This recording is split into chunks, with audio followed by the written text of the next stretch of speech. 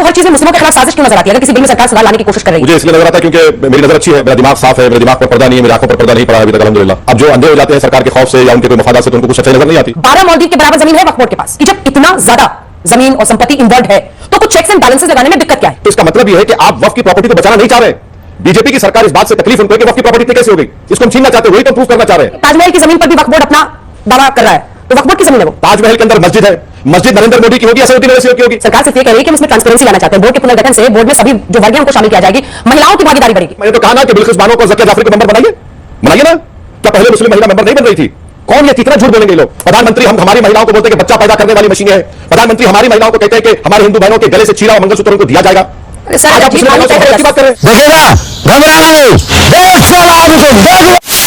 साहब मेरा पहला प्रश्न है कि आपको हर चीज में मुस्लिमों के खिलाफ साजिश क्यों नजर आती है? अगर किसी बिल में सरकार सुधार लाने की कोशिश कर रही है, मुसलमानों के खिलाफ साजिश कहां है, क्या है? आप पर सरकार का आरोप है कि आप सिर्फ वोट बैंक की पॉलिटिक्स कर रहे हैं। आपका जवाब? नहीं, मुझे इसलिए नजर आता है क्योंकि मेरी नजर अच्छी है, मेरा दिमाग साफ है, मेरे दिमाग पर पर्दा नहीं है, मेरी आंखों पर पर्दा नहीं पड़ा है अभी तक अल्हम्दुलिल्लाह। और सच्चाई को बयान करना सही बात है। अब जो अंधे हो जाते हैं सरकार के खौफ से या उनके कोई मफादा से तो उनको कुछ सच्चाई नजर नहीं आती। बाज लोग हैं। अब आप मैडम मुझे बताइए कि जो सरकार ये कर रही है और ये कह रही है कि वक्फ बाय यूजर नहीं होगा, क्यों नहीं होगा भाई वक्फ बाय यूजर? जब हिंदू समाज में एंडोमेंट की जो मंदिरें हैं कस्टम और यूसेज की बिना पर वो मंदिर हो जा सकती है, तो वक्फ बाय यूजर मस्जिद और मंदिर नहीं होगी। और मैं बता रहा हूं आपको कि आप चले जाइए बिहार में आपको स्पेसिफिक एग्जांपल, उड़ीसा बिहार में बिहार एंडोमेंट एक्ट में क्या है? 3 बोर्ड है, Hindu endowment board, Shwetambara Jain endowment board, Digambara Jain endowment board. इसका मेंबर कौन बनता है? मुसलमान बन सकता है? नहीं बन सकता है। सिख कम्युनिटी में हरियाणा पंजाब दिल्ली में जाइए, गुरुद्वारा प्रबंधक कमेटी ये उनके मैनेजमेंट लॉज में कौन मेंबर बनता है? मुसलमान बनता है? नहीं, सिख बनता है। और फिर ये कहते हैं कि वक्फ औलाद नहीं होगा। अरे कैसे नहीं होगा भाई? मैं अल्लाह के नाम पे अपनी औलाद के नाम पे वक्फ कर रहा हूं। मैं कोई भी भारत का नागरिक अपनी प्रॉपर्टी को कैसे डिस्पोज करे कोई कानून नहीं है, कोई गिफ्ट कर सकता है। बल्कि हमारे हिंदू भाई तो विल के जरिए अपनी एक औलाद को पूरी प्रॉपर्टी दे सकते हैं, मुसलमान 1/3 दे सकता है। फिर आप कह रहे हैं कि 5 साल आपको मुसलमान रहना पड़ेगा। आप कौन होते भाई डिसाइड करने वाले? अच्छा, जब वो मुसलमान हो गया तो फ्रीडम ऑफ रिलीजन उसका 5 साल के बाद शुरू होगा। आप सर्टिफिकेट देंगे क्या 5 साल के बाद? आओ बेटा 5 साल के बाद सर्टिफिकेट लो। तो ये सब काम सरकार कर रही है जो भारत के संविधान के 14, 15 और 25 के पूरे खिलाफ है, बेसिक स्ट्रक्चर के खिलाफ है। तो इसके ऊपर तो बोलना पड़ेगा ना मैडम। लेकिन एक 2-3 मोटी-मोटी बातें हैं जो देश में लोगों के मन में भी प्रश्न है। 2009 में सर वक्फ बोर्ड की संपत्तियां 4 लाख एकड़ जमीन पर फैली थी। आज देश में रेलवे सेना के बाद सबसे ज्यादा प्रॉपर्टी वक्फ बोर्ड के बाद इतनी तेजी से संपत्ति बढ़ी है, लगभग 10 लाख एकड़, 5 सिंगापुर, 5 बहरीन, 12 मालदीव के बराबर जमीन है वक्फ बोर्ड के पास। 50 से ज्यादा देशों का क्षेत्रफल वक्फ बोर्ड की संपत्ति से कम है। सर मेरा प्रश्न आपसे यह है कि जब इतना ज्यादा जमीन और संपत्ति इन्वॉल्व है तो कुछ चेक्स एंड बैलेंसेस लगाने में दिक्कत क्या है? नहीं, पहले तो यह है मैडम कि भारत बहुत बड़ा देश है, उसको आप कंपेयर कर रहे हैं छोटे छोटे गल्फ कंट्रीज से जो हमारे करीब भी नहीं आ सकते। पहली बात यह समझिए कि वक्फ होता कैसे है। प्रदेश सरकार एक सर्वे कमिश्नर जो प्रदेश सरकार के एक्सपेंसेस पे सर्वे कमिश्नर सर्वे करता है कि असदुद्दीन ओवैसी की प्रॉपर्टी है जो उसको वक्फ कर रहे हैं। सर्वे करने के बाद यस और नो, यस होगा तो वो प्रदेश सरकार को लिखते हैं कि भाई ये वक्फ प्रॉपर्टी है। उसके बाद प्रदेश की सरकार गजीट नोटिफिकेशन इशू करती है। उस गजीट नोटिफिकेशन को मुसलमान 1 साल तो ऑब्जेक्ट कर सकते और नॉन मुस्लिम के लिए कोई टाइम लिमिट नहीं है। जब वो हो जाता है तो इसमें मेरा क्या रोल है? उसमें वक्फ बोर्ड का क्या रोल है? सर्वे कमिश्नर प्रदेश सरकार का गजेट इशू करते हैं, चीफ सेक्रेटरी के ऑफिस से गजेट नोटिफिकेशन इशू होता है। ये आप खामखा हमारे गले में डालकर बोल रहे हैं कि बढ़ रहे। और अगर प्रॉपर्टी बढ़ रही है तो इसमें लोग दे रहे हैं, डॉक्यूमेंट्स आ रहे हैं, उसकी बुनियाद पर प्रदेश की सरकार कर रही है। आज आप ये सवाल बार बार सरकार उठाती है, तो इसका मतलब यह है कि आप वक्फ की प्रॉपर्टी को बचाना नहीं चाह रहे हैं। बीजेपी की सरकार इस बात से तकलीफ उनको है कि वक्फ की प्रॉपर्टी इतनी कैसे हो गई, इसको हम छीनना चाहते हैं, वही तो प्रूव करना चाह रहे हैं। लेकिन प्रूव हो रहे हैं उस बात में कि बीजेपी की सरकार वक्फ की प्रॉपर्टी को बचाना नहीं चाहती। लेकिन जो रेवेन्यू से आता है और अनियमितताओं की बात हो रही है, फाइनेंशियल इरेगुलरिटीज की, मैं उस पर बाद में आऊंगी। वक्फ बोर्ड किसी भी संपत्ति पर वैसे साहब दावा कर सकता है, आपकी संपत्ति पर भी दावा कर सकता है। सर तमिलनाडु के तिरुचिरापल्ली के गांव का भी हवाला दिया जाता है जिसके तहत, अरे सुनिए ना सर, पूरे गांव की जमीन पर वक्फ बोर्ड ने दावा कर दिया है। आज संसद में रिजिजू साहब ने उसका हवाला दिया, हमने भी फैक्ट फाइंडिंग की, ऐसा सच है। इस सेक्शन को लेकर आपका क्या कहना है जो सेक्शन 40 है? ताजमहल हो, तमिलनाडु का 1500 साल पुराना मंदिर हो, अभी तक अगर वक्फ बोर्ड को लगता है कि कोई जमीन वक्फ की संपत्ति है तो यह साबित करने की जिम्मेदारी उसकी नहीं है, बल्कि जमीन के असली मालिक की होती है। बिल में संशोधन के बाद वक्फ बोर्ड किसी भी संपत्ति को अपना नहीं कर पाएगा, और वो ट्राइब्यूनल अगर नहीं, ट्राइब्यूनल में जो वक्फ ट्राइब्यूनल है वहां से नहीं होता है तो हाईकोर्ट तक जाने का। अब आप सोचिए, ऐसा ट्राइब्यूनल जिसके खिलाफ आप देश की अदालत में जा नहीं सकते हैं, जिसके फैसले के खिलाफ, ये कैसी मनमर्जी चल रही है? ये क्यों चलेगी? मैडम देखिए, सबसे पहले तो आपको जो ये इंफॉर्मेशन दे रहा है उसको पहली फुर्सत में निकाल दीजिए आप, क्योंकि वो सरासर झूठ बोल रहा है। लगता है इंफॉर्मेशन देने वाला मोदी जी का चमचा नजर आ रहा है। ट्राइब्यूनल जो एग्जिस्टिंग ट्राइब्यूनल है, डिस्ट्रिक्ट सीनियर जज सुप्रीम हाई कोर्ट के सीजीआई अपॉइंट करते, एक आदमी होता है जिसको जो मुस्लिम जूरिस्प्रूडेंस जानता है, दूसरा एक एमिनेंट स्कॉलर। वो जजमेंट जो ट्राइब्यूनल का आता है भी, उसके खिलाफ आप हाई कोर्ट जाते हैं, कोई रोक टोक नहीं है। कैसे जाते हैं? रिवीजन पिटीशन डालते हैं। रिवीजन पिटीशन में पेटेंट इलीगैलिटी आपको दिखाना पड़ता है। मोदी जी ये कह रहे हैं कि अब ट्राइब्यूनल में रिटायर्ड डिस्ट्रिक्ट जज होगा और रिटायर्ड गवर्नमेंट एम्प्लॉय होगा। मेरे को यह बताइए कि डिस्ट्रिक्ट कलेक्टर के ऑर्डर के खिलाफ, अच्छा डिस्ट्रिक्ट रिटायर्ड डिस्ट्रिक्ट जज ना भी हो, एक आदमी से ट्राइब्यूनल चलेगा और उस जजमेंट के खिलाफ आप अपील करेंगे। अरे हम ये कह रहे हैं कि रिवीजन में क्या है बुरी बात, बताइए। कोई रोक टोक नहीं है, झूठ बोल रहे हैं आपसे। अब रहा सवाल उस गांव का जो जिक्र कर रहे हैं, मैडम 8 लाख 9 लाख प्रॉपर्टीज में किरण रिजिजू साहब को अपना होमवर्क करना चाहिए था। उनको ऐसे 1000 प्रॉपर्टीज दिखाना था। मीडिया को सेलेक्टिव लव लेटर्स दे रहे हैं कि देखो ये 15 प्रॉपर्टी हैदराबाद में 2, तमिलनाडु में है 1, लखनऊ में। अरे भैया, सरकार सर्वे कमिश्नर सरकार का है, वक्फ बोर्ड का नहीं है। गजट इशू करती है सरकार। आप जो सेक्शन 40 का हवाला दे रहे हैं, सीईओ का काम यह होता है कि जितने अनयूज प्रॉपर्टीज है वक्फ बोर्ड के, उसको कैसे इस्तेमाल करना। आप तो वो भी छीन लिए और वो भी कह रहे हैं कि मुसलमान नहीं होगा। यह समझने की जरूरत है, यह सरकार का झूठा प्रोपेगेंडा बहुत ज्यादा है। ये व्हाट्सएप यूनिवर्सिटी के माहिर हैं, तो ये समझते हैं कि कुछ भी बोल देंगे और हमारे कान में फूल है, हमसे यकीन कर लेंगे, वाह वाह बहुत अच्छा है। ताजमहल की जमीन पर भी वक्फ बोर्ड अपना दावा कर रहा है, तो वक्फ बोर्ड की जमीन है वो। अच्छा एक मिनट सुनिए, ताजमहल के अंदर मस्जिद है, मस्जिद नरेंद्र मोदी की होगी, असदुद्दीन ओवैसी की होगी। अच्छा, जो ताजमहल पे दावा कर रहे हैं वो सुन्नी वक्फ बोर्ड, वो उसका सीईओ कौन है, अपॉइंट कौन करते हैं? जुफैर फारूकी साहब। जुफैर फारूकी साहब को बड़ी तारीफ कर रहे थे आप ही के चैनल पर लोग, जब वो 5 एकड़ जमीन मिली वो मस्जिद बनाना चाह रहे। अरे वो तो गवर्नमेंट का आदमी, वो जाके कर रहा है, मैं क्या कर रहा हूं? वो कर रहा है तो उनसे पूछिए ना। और वो जाकर कह रहे हैं कि हमारे पास डॉक्यूमेंट्स है। आप नहीं मानते, ठीक है, नहीं मानिए, वो कर रहे हैं। अच्छा, और एक बात, सुन्नी वक्फ बोर्ड जहां मजार है, जहां मकबरा है, एक मिनट मेरी बात, बोलिए एक मिनट मैडम एक मिनट मेरी बात को कवर कर दीजिए, मैं आपकी बात सुनता हूं। सुन्नी वक्फ बोर्ड की इजाजत से 1965 में मथुरा में कृष्ण जन्मभूमि स्थान और वक्फ बोर्ड मुसलमानों के दरमियान में वक्फ बोर्ड के परमिशन से एक एग्रीमेंट हुआ। वक्फ बोर्ड की 8 एकड़ जमीन हमारे हिंदू भाइयों को दी गई, परनाले का रास्ता दिया गया। आज आप उसको खोल दिए ना, उस एग्रीमेंट को आपने, वक्फ बोर्ड ने सैंक्शन दिया था, सरकार ने दिया था। तो इसीलिए हम कह रहे हैं कि हम दूध के जले छाछ को भी फूक फूक कर पिएंगे।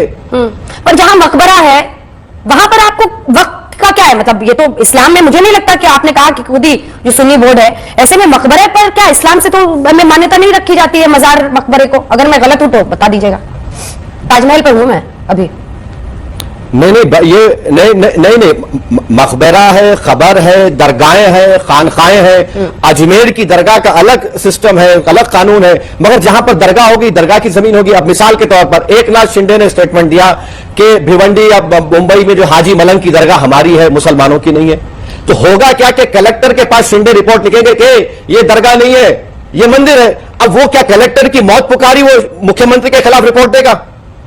वो तो अपना देखेगा ना कलेक्टर। वो बोलेगा भाई मैं मुख्यमंत्री के खिलाफ कुछ लिखूंगा। हाँ, तो सुप्रीम कोर्ट पर भरोसा नहीं है, मतलब डीएम जो है जी, डीएम को जो है उसको बिल्कुल भरोसा नहीं है आपको। मतलब डीएम एक कॉन्स्टिट्यूशनल पोस्ट है, डीएम काम करता है, बाकी सबके लिए उसका काम सही रहेगा, बस मुस्लिमों के खिलाफ उसका काम रहेगा। मतलब आप एक पूरे इंस्टीट्यूशन पर आप उसी पर सवाल खड़ा कर दीजिए। आप बोल लीजिए मैं आपको। देखिए, डीएम कॉन्स्टिट्यूशनल पोस्ट नहीं है, डीएम एक एग्जीक्यूटिव में का अपॉइंटी है। रूलिंग पार्टी जो मुख्यमंत्री होता है उसका अपॉइंटी है। सुप्रीम कोर्ट ने कह दिया कि रेवेन्यू अथॉरिटीज टाइटल नहीं डिसाइड कर सकते। सुप्रीम कोर्ट ने और पूरी दुनिया जानती है कि जो बेसिक प्रिंसिपल है नेचुरल जस्टिस का, कोई अपने ही मैटर में जज नहीं बन सकता। यही तो हम कह रहे हैं, सुप्रीम ये समझना चाहिए। कौन सा कलेक्टर योगी आदित्यनाथ के खिलाफ फैसला देगा? कौन सा कलेक्टर हरियाणा के मुख्यमंत्री की सरकार के खिलाफ फैसला देगा? कहां देगा बताइए ना। और कानूनन सुप्रीम कोर्ट ने कह दिया कि revenue authorities can not decide title, survey commissioner करेगा, गजीट होगी। यही तो हमारा मुतालबा है। और मैं आपसे रिक्वेस्ट कर रहा हूं, आपकी टीम से रिक्वेस्ट कर रहा हूं कि आपके दर्शकों से बताना चाह रहा हूं, section 3A, section 3B, section 3C and amendment of section 4 पढ़ ले। अगर कोई भी जाकर कलेक्टर से कहेगा कि सर ये ओवैसी जिस जगह पर बैठा हुआ है वो वक्फ नहीं है, तो कलेक्टर ये कहेगा कि पेंडिंग इंक्वायरी वक्फ नहीं है। अरे मैं 100 साल से वक्फ का यूजर हूं। यही तो इसमें ऑब्जेक्शन है हमारा इस बिल में। अगर आपकी संपत्ति को वक्फ बता दे कि हमारी संपत्ति है, तो फिर ओनस आप पे रहेगा प्रूफ करने का कि ये वक्फ की संपत्ति नहीं है। क्या करेगा? मैं आपको एग्जांपल दे रही हूं, बताइए क्या करेगा। अब एक औरत है ना, एक महिला जिसका उदाहरण आ रहा है, उनकी जमीन को इसी तरह से वक्फ ने बता दिया। एक साहब थे तमिलनाडु में, वो शादी के लिए जमीन बेचने गए, बोला क्या कि आप पहले वक्फ से नो ऑब्जेक्शन सर्टिफिकेट लेकर आइए। अब ऐसे लोग क्या करें, कहां जाएं? आपको सबका सब वही लग रहा है, लेकिन ऐसे मामले हैं इस देश में और ये केसेस चल रहे हैं मिस्टर ओवैसी।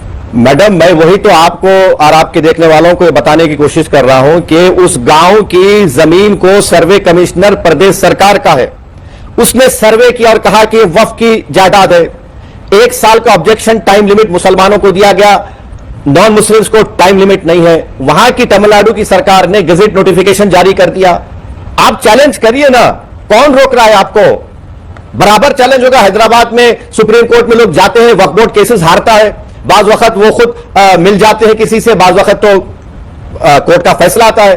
तो ये इसको मैडम 8 लाख जायदादों में किरण रिजिजू को सिर्फ 15 मामले नजर आए। अरे भाई थोड़ा होमवर्क करके अच्छा झूठ बोलो। 15 मामले कम होते हैं आपकी नजर में, ज्यादा मामले उठाने चाहिए थे। ठीक है, आप अपनी दलील दे रहे हैं, लेकिन देखिए आप कॉन्स्टिट्यूशन को हमेशा दिखाते हैं वैसे साहब, आप कहते हैं संविधान से ही देश चलेगा, लेकिन देश में धर्म के आधार पर ट्रिब्यूनल सिर्फ वक्फ बोर्ड वाला ट्रिब्यूनल है, नहीं तो आर्म फोर्सेस ट्रिब्यूनल है, एनजीटी है, इंडस्ट्रियल ट्रिब्यूनल है, इनकम टैक्स अपीलेट ट्रिब्यूनल है। वक्फ ट्रिब्यूनल लेकिन होना चाहिए। क्यों होना चाहिए? धर्म के आधार पर।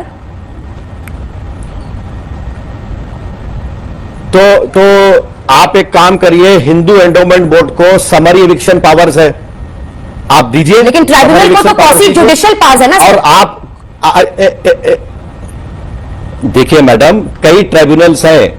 ये ट्राइब्यूनल वक्फ के मैटर्स को देखता है। ये ट्राइब्यूनल का जज असदुद्दीन ओवैसी, अंजना ओम कश्यप अपॉइंट नहीं करते, उस स्टेट का चीफ जस्टिस अपॉइंट करता है। उस ट्राइब्यूनल के खिलाफ आप रिव्यू पिटीशन डालते हैं, सुप्रीम कोर्ट को जा सकते हैं।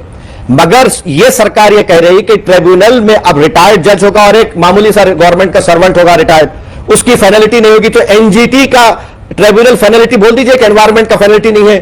और एक टैक्स का आपका टैक्स का सवाल नहीं था सर, ट्राइब्यूनल को बोल दीजिए। सवाल था धर्म के आधार पर ट्रिब्यूनल क्यों है? धर्म के आधार पर मेरा ये सवाल था, क्यों नहीं होना चाहिए? धर्म के आधार पर नहीं, धर्म के आधार पर क्या कानून इजाजत नहीं देता इसको? किसने कहा आपको? किसने कहा? इतने सालों से ट्राइब्यूनल चल रहा है, सुप्रीम कोर्ट उसकी मान्यता को मानता है, उसके वजूद को मानता है। सुप्रीम कोर्ट उसके फैसलों के खिलाफ भी फैसले दिया है, सुप्रीम कोर्ट उसके फैसलों को माना भी है। भाई अगर आरएसएस को तकलीफ है इससे, तो मुझे क्या करना है ना? जब कॉन्स्टिट्यूशनली अलाउड है वो कहते जाएं, अलग बात है। अगर कॉन्स्टिट्यूशनली अलाउड है तो कॉन्स्टिट्यूशनली अलाउड चलेगा। वक्फ की जमीन जो है मैडम, वो पब्लिक की, वो प्राइवेट जमीन है, गवर्नमेंट की जमीन नहीं है। मुसलमानों ने उसको अपने पैसों से एक्वायर करके वक्फ के हवाले की है, गवर्नमेंट से कब्जा करके नहीं ली है मुसलमानों ने। सरकार सिर्फ ये कह रही है कि हम इसमें ट्रांसपेरेंसी लाना चाहते हैं। बोर्ड के पुनर्गठन से बोर्ड में सभी जो वर्ग हैं उनको शामिल किया जाएगी, महिलाओं की भागीदारी बढ़ेगी, मुस्लिम बुद्धिजीवी होंगे, महिलाएं हैं, शिया, बोहरा जैसे समूह लंबे समय से कानूनों में बदलाव की मांग कर रहे थे, सबको शामिल किया जा रहा है। इसमें क्या आपत्ति है आपको? मैंने बिल्कुल नहीं है। मैंने तो कहा ना कि बिल्किस बानो को, जकिया जाफरी को मेंबर बनाइए ना। क्या पहले मुस्लिम महिला मेंबर नहीं बन रही थी? कौन ये कितना झूठ बोलेंगे ये लोग? क्यों झूठ बोलते हैं इतना? आप एक मुसलमान को टिकट नहीं देते, एक को दिए, जमानत नहीं बचा पाया मल्लापुरम में। प्रधानमंत्री हमारी महिलाओं को बोलते हैं कि बच्चा पैदा करने वाली मशीनें हैं। प्रधानमंत्री हमारी महिलाओं को कहते हैं कि हमारे हिंदू बहनों के गले से छीरा हुआ मंगलसूत्र उनको दिया जाएगा। अरे सर, आज आप मुस्लिम महिलाओं से मोहब्बत की बात कर रहे हैं। सुनिए ना, वैसे साहब जीत हार ही तय होगा, तो आप भी तो 2 से 1 हो गए। मोहब्बत तो आपसे भी अधूरी रह गई। नहीं मैडम देखिए, मेरा मामला छोड़ दीजिए, मैं कॉन्स्टिट्यूशनल और पॉलिटिकल रियलिटी की बात कर रहा हूं। अब ये सरकार कह रही है ना, ये सरकार कह रही है आगा खानी का वक्त बनाएंगे। मैं इस आपके जरिए से किरण रिजिजू और नरेंद्र मोदी इस प्रोग्राम को देख रहे हैं, तो मैं मेरे प्रधानमंत्री से पूछना चाह रहा हूं, मुंबई में आगा खानियों का जो यतीम बच्चों का यतीम खाना था, जिसको एक बहुत बड़े आदमी ने 25 करोड़ देकर खरीद लिया और एक आलीशान बिल्डिंग बना दी, प्रधानमंत्री उनके साथ उनके घर को चले जाते, क्यों गए प्रधानमंत्री पर? आगा खानियों के यतीम खाने की 20 कहां गए, वो यतीम खाना कहां गया बताइए। और एक मैडम और एक बात समझिए, सेक्शन 52 में, अभी मौजूदा सेक्शन 52 में यह था कि जो वक्फ की प्रॉपर्टी को बेचेगा रिगरस इंप्रिजनमेंट मिलेगा उसको। मोदी जी क्या करते हैं? सिंपल इंप्रिजनमेंट मिलेगा। यह करेंगे आप? यह करना चाहेंगे आप? किसको आंखों में धूल झोंक रहे हैं? क्या आपको क्या दिख रहा है, क्या करना चाह रही है सरकार? मतलब आप तो हमेशा कह रहे हैं कि मुस्लिमों के खिलाफ है, मुस्लिमों के खिलाफ है, लेकिन वो कह रहे हैं कि हम इसमें समानता लाने की, ट्रांसपेरेंसी लाने की कोशिश कर रहे हैं। आप कहते हैं कि वो बेच देंगे, ये कर देंगे, सारी जमीन हड़प लेंगे। क्या कर लेगी सरकार, क्या करेगी? मैडम देखिए, सरकार का एजेंडा हिंदुत्व आइडियोलॉजी का एजेंडा है। यह बीजेपी की सरकार है, एनडीए की सरकार नहीं है। सरकार अभी भी इस घुमंड में है कि हम 300 है, वो इस बात को नहीं मान रहे हैं। इसीलिए महाराष्ट्र का चुनाव है, हरियाणा का चुनाव है, तो सरकार ये अपने हिंदुत्व के वोट बेस को एक मैसेज देना चाह रही है। मुझे यकीन है कि वो उनका मैसेजिंग नाकाम साबित होगा। आप बताइए मैडम, वक्फ बाय यूजर छीन लेंगे आप कहेंगे कि हिंदू वक्फ नहीं कर सकता मगर एक हिंदू मेंबर बन सकता है। आप कहेंगे कि मुसलमान 5 साल जो होगा उसी को वक्फ बोर्ड किया जाएगा। आप तो वक्फ बोर्ड के 40 अमेंडमेंट्स को तो वक्फ बोर्ड से पेपर पे रहेगा। लिमिटेशन पीरियड आप निकाल दिए, यानी जो कब्जा करके बैठा है उसको आप रिवॉर्ड करना चाहते हैं लिमिटेशन पीरियड निकालकर।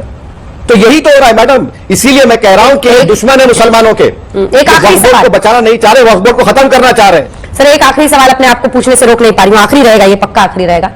एक मुराद मेरी भी है कि कभी आप, जरूर पूछिए। एक मुराद मेरी भी है कि क्या इस जीवन में कभी मैं ओवैसी साहब की जुबान से हिंदुओं के खिलाफ हो रहे अपराधों पर सुनूंगी। फिलिस्तीन तो कई बार सुना, देश की चर्चा कई बार सुनी, बांग्लादेश पड़ोसी देश जहां पर हिंदुओं पर अत्याचार हो रहा है, कभी आपकी जुबान पर हिंदुओं के लिए कुछ बोल निकलेंगे?